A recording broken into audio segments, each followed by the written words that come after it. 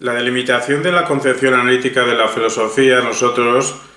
hemos sido capaces de ofrecer una delimitación extensa que tiene la virtud de la precisión, pero tiene el inconveniente de la extensión que impide con facilidad pues tenerla claramente en la mente. Por eso, posteriormente ofrecimos una delimitación breve que tiene la ventaja de que se entiende perfectamente, pero es incompleta en el sentido de que esa brevedad no da pie para poder explicar todos los matices que deberían incluirse en una delimitación de la concepción analítica de la filosofía. Ambas dos concepciones, extensa o breve, se pueden modificar para evitar confusiones sobre el término analítico, que si un autor es analítico o es posanalítico, pues con cierta modificación que ahora estableceremos, que tiene que ver con que cierta manera de pensar problemas complejos acerca del ser humano, en el fondo tienen una actitud resolutiva de problemas, pues añadiendo esta dimensión resolutiva podemos cambiar la denominación de, en vez de concepción analítica de la filosofía, concepción resolutiva de la filosofía. Esto tendría la ventaja de evitar las discusiones de si X es analítico o no, porque ya no sería o daría igual si fuese catalogado de analítico o no, sino porque ya podríamos denominarlo de pensador filosófico resolutivo. Pasamos pues a leer nuestra explicación de ambas dos definiciones. Es un lugar común decir que resulta paradójico que una concepción de la filosofía con una vocación tan elevada por la precisión como la filosofía analítica, erróneamente denominada en ocasiones como filosofía anglosajona,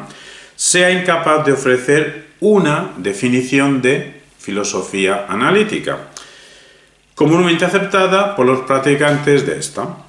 Por eso mismo, no nos hacemos ninguna ilusión sobre nuestra intentona bajo dos formulaciones, una breve, quizá con cierta imprecisión, y otra que gana en precisión al precio de sacrificar la brevedad. Con todo, ofrecemos el resultado de nuestro esfuerzo por dar primero un acercamiento a lo que ha sido el pensamiento filosófico analítico en sentido amplio, y luego una propuesta de lo que podría y debería ser la práctica filosófica en el siglo XXI, bajo unos parámetros compatibles con las concepciones analítica y materialista del pensamiento filosófico. Delimitación breve de concepción analítica del pensamiento filosófico. Los discursos institucional y sociológicamente tomados como filosóficos que reúnen las siguientes características pueden incluirse en la clase concepción analítica del pensamiento filosófico. 1. Reaccionan a los excesos idealistas, por lo que estrictamente hablando, antes de Hegel no habría pensadores filosóficos analíticos, aunque sí espíritus afines. 2. Presentan una decidida apuesta por la claridad expresiva, el rigor expositivo y la correcta argumentación. 3.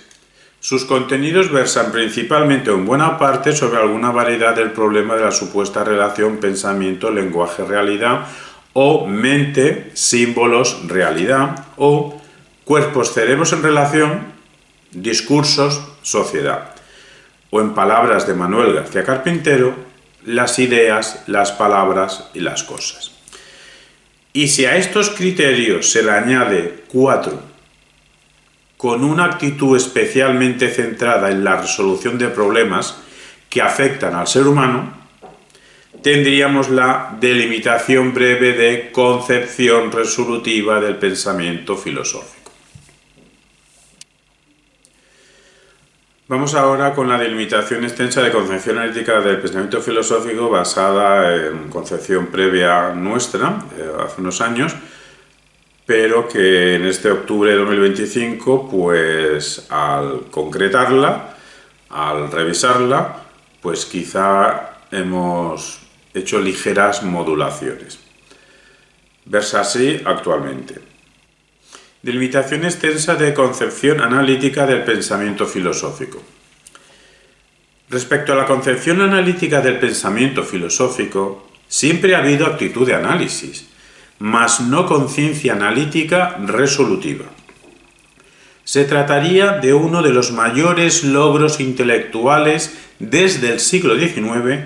una empresa que emerge en el contexto tanto de las reacciones a los excesos idealistas hegelianos como del giro lingüístico acontecido en el pensamiento filosófico, y que tendría su cometido principal en el análisis conceptual y eidético, de las complejidades que nos configuran desde un prisma argumentativo en el que el lenguaje cobra un protagonismo fundamental. En el sentido de que analizando la forma, o el significado, o el contexto junto a ciertas conexiones, y cada analista seleccionará el tipo de conexiones según su estilo de trabajar, de ciertas expresiones lingüísticas a través de un proceso de clarificación de forma detenida y de una descripción perspicua de ciertas abstracciones, llegaremos a la arquitectura general y a cierto entendimiento del marco conceptual y eidético implicado, o al menos al esclarecimiento de cierta dificultad o perplejidad,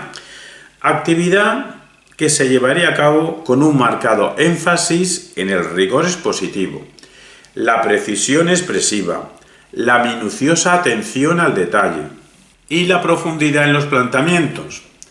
No hay un consenso sobre el tono del análisis a ejecutar, ya sea lógico-sintáctico o semántico o pragmático,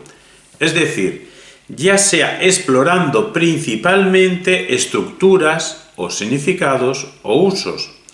sin perder de vista la necesidad también de un tono poético o estético para interpretar producciones y creaciones,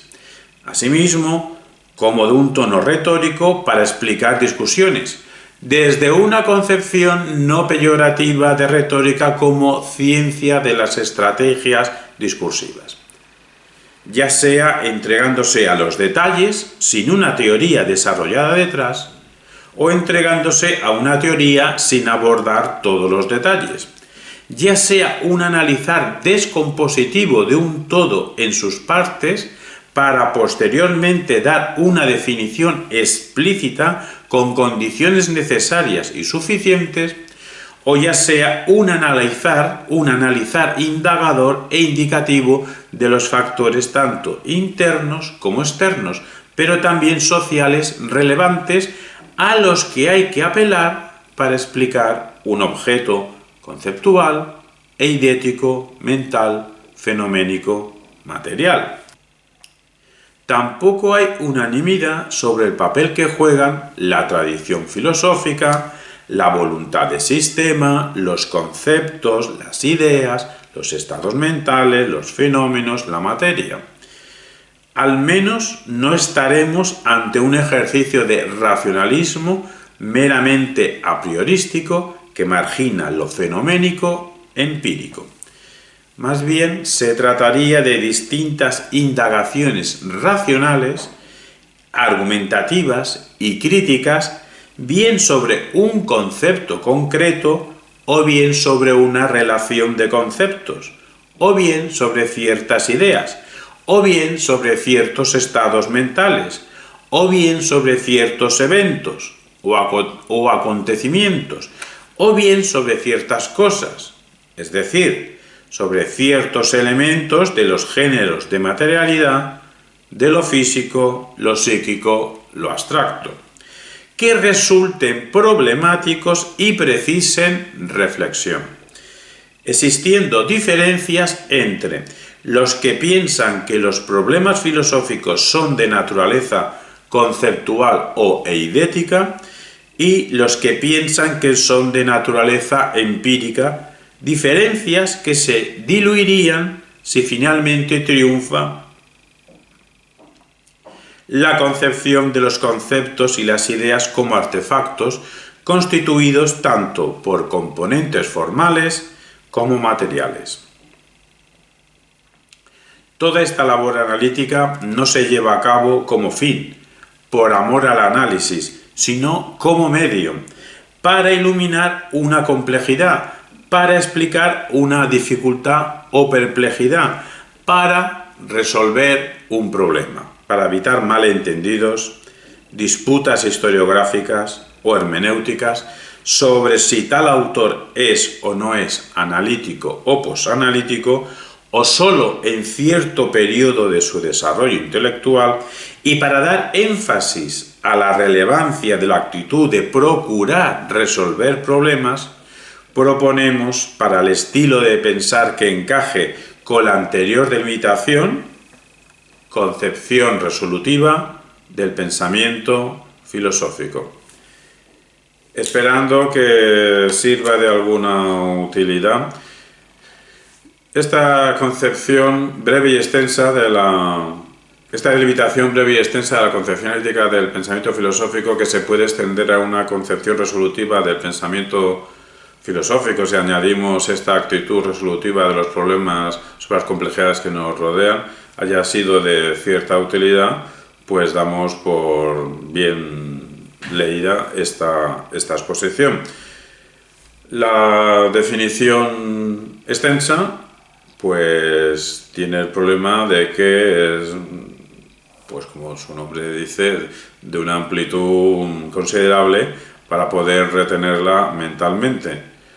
Bueno, pues para eso tenemos la definición breve, incompleta e imprecisa, que no puede abarcar todo. Por eso, quien nos quiera criticar el contenido de la definición breve, pues perfecto,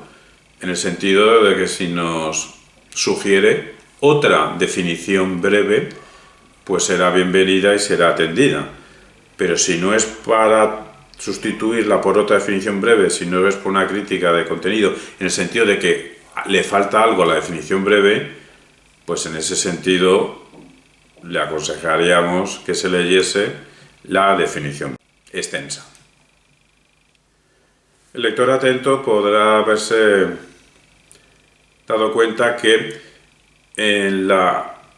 modulación de este octubre de 2025, la que acabamos de leer, de definición extensa de la concepción ética de la filosofía, nos hemos dejado atrapar por no solo ya terminología, sino también concepción de la manera de hacer filosofía en el materialismo filosófico del filósofo Gustavo Bueno Martínez. Todo esto bajo la actitud de que sí es posible cierto entrelazamiento entre las concepciones analítica y materialista del pensamiento filosófico. Incluso no con ánimo de provocar, se podría afirmar, y ya lo hemos hecho, ya lo hemos justificado, se juzgará si de una manera correcta o incorrecta, la inclusión del pensamiento del sistema filosófico de Gustavo Bueno dentro de una concepción analítica del pensamiento filosófico, eso sí,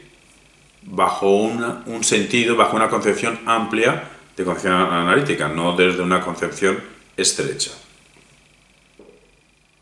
Y el motivo de incluir una delimitación de lo que sea concepción analítica del pensamiento filosófico dentro de un estudio sobre la ficción es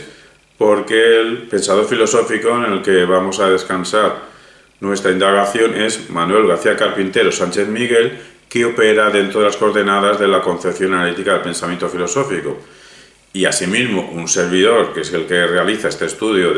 del analista filosófico Manuel García Carpintero, pues fuimos educados, fuimos entrenados en dicha concepción precisamente a través del magisterio de Manuel García Carpintero, y desde siempre hemos creído pertenecer a dicha comunidad pero desde una tonalidad heterodoxa. Heterodoxia analítica que se amplía si nos dejamos entrelazar, como hemos dicho, por la concepción materialista del pensamiento filosófico.